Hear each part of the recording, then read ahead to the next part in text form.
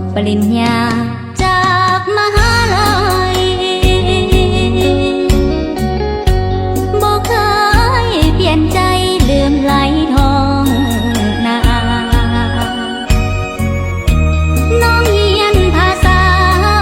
อักษรศาสตร์บ่เคยลืมคาดไทยนาบ่ได้คิดว่าเหมือนฟ้ากับดิน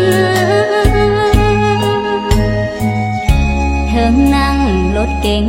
ฟังเพลงเปิดแอร์หัวใจมีแต่พ่อแม่ลุงป้าอ้าวอาได้กินอาหารเมืองนอกบ่ลืมผักนอกกับแจ่วปลาบ่ได้ไฟหาสายมาคู่เคียงบ่ได้ไกลท่าใจไขว่คว้าอายสูงเพียงฟ้าหาเรื่องว่าต่ำเพียงดินบ่ได้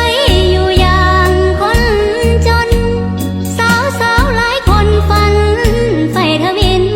เพราะอายอยู่กินมีเกียรติศักดิ์ศรีน้องก็เป็นคน